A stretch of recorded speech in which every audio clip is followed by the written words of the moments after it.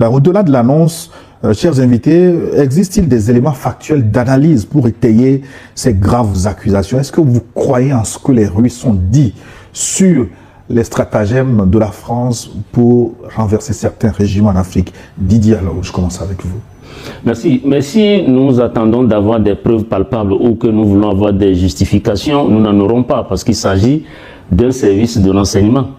Et les services de renseignement, leur mission est justement de collecter les informations, de savoir ce qui se trame de part et d'autre. Donc leur rôle n'est pas effectivement de venir directement présenter des preuves factuelles, comme nous pouvons le demander.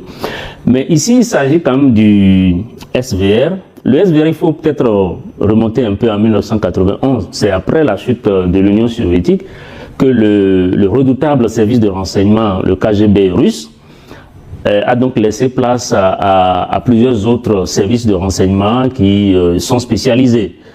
Et donc le SRV, c'est le service russe qui est spécialisé dans le renseignement politique, dans le renseignement démocratique, dans le renseignement diplomatique, dans le renseignement économique et stratégique.